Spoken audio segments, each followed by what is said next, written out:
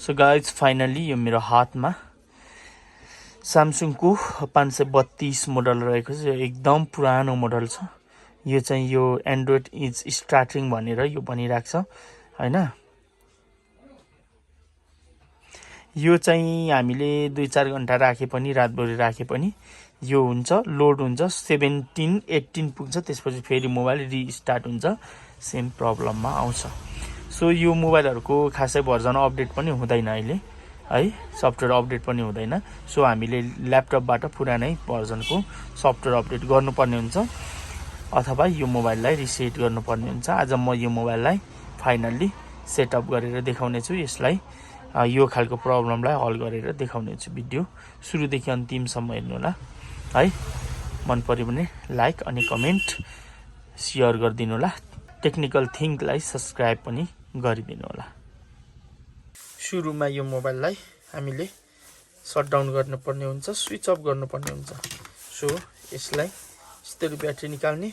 अब हामीले होम की, पावर की र भोल्युम प्लस एकैचोटि थिच्नु पर्ने हुन्छ। ओके, फ्याक्ट्री रिसेट गरे सेम। ओके, ड्र्याग गर्यो। अब मैले पावर कीलाई छोडे, भोल्युम प्लस र होम कीलाई थिचिराखेँ। यहाँ हाम्रो रिकभर मोडमा आउनुपर्ने हुन्छ यो मोबाइल। सो आएन,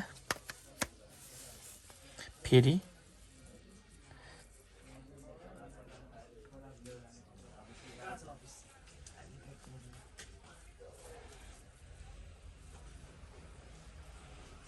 ओके, रिकभर मोडमा आयो यो मोबाइल।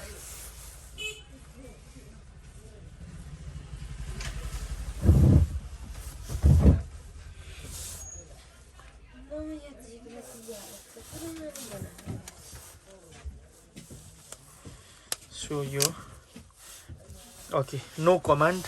अब हामीले यसलाई ल्याउनु पर्ने हुन्छ।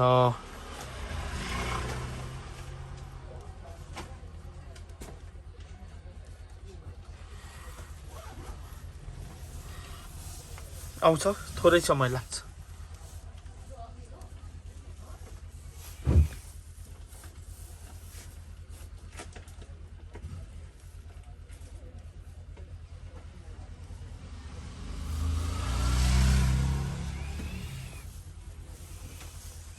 ओके, आयो यो। अब हामीले यहाँ फ्याक्ट्री रिसेटमा लाने, पावर कीले ओके गरिदिने हो, यस गरिदिने हो।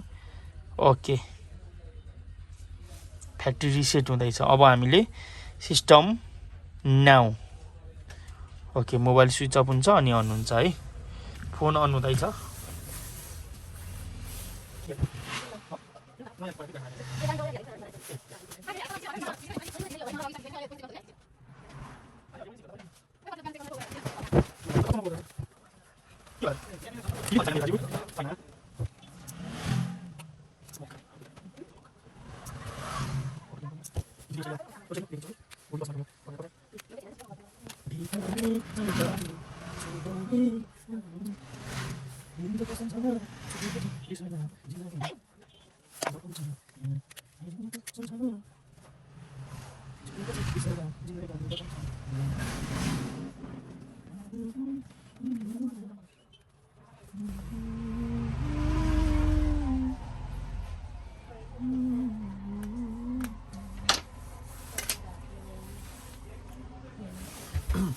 सो फाइनली देख्न सक्नुहुनेछ यो मोबाइल चाहिँ अन भइसकेको छ।